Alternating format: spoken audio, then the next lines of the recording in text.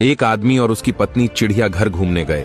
वहां उन्होंने देखा कि एक बंदर अपनी मादा के साथ बड़े जोश से खेल रहा था। ये देखकर पत्नी ने पति से कहा, देखो कितना रोमांटिक जानवर है, अपनी मादा के साथ कितना जोश से खेल रहा है। पति चुप रहा। तभी दोनों आगे बढ़े और उन्हें शेर का पिंजरा दिखा। वहां उन्होंने देखा कि शेर और शेरनी बड़े आराम से बैठे थे। खामोश शेर एक कोने में अकेला बैठा था, जैसे शेरनी का कोई अस्तित्व ही नहीं। पत्नी से पति से कहा, कैसा जानवर है, बिल्कुल अलग बैठा है, जैसे शेरनी को जानता ही नहीं। इनका आपस में बिल्कुल प्यार नहीं लगता। तभी पति ने पत्नी को एक पत्थर दिया और कहा, इसे बंदरिया की तरफ फेंको। पत्नी ने वैसा ही किया।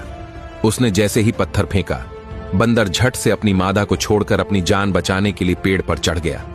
पति ने पत्नी को एक और पत्थर दिया और कहा, अब इसे शेरनी की तरफ फेंको। पत्नी ने फिर से वैसा ही किया और उसके पत्थर फेंकते ही शेर दहाड़ता हुआ अपनी शेरनी की रक्षा के लिए चला आया। दोनों ही जानवरों की प्रतिक्रिया समझाते हुए पति ने पत्नी से कहा, बंदर की तरह झूठे और असंवेदनशील लोग अक्सर अपने खोखलेपन को छुपाने के लिए इस तरीके के दिखावे और रोमांस का ढोंग करते हैं। वहीं कुछ लोग शेर की तरह होते हैं, जो दिखावे से तनाव मुक्त होकर अपनी जिंदगी को आराम से जीते हैं।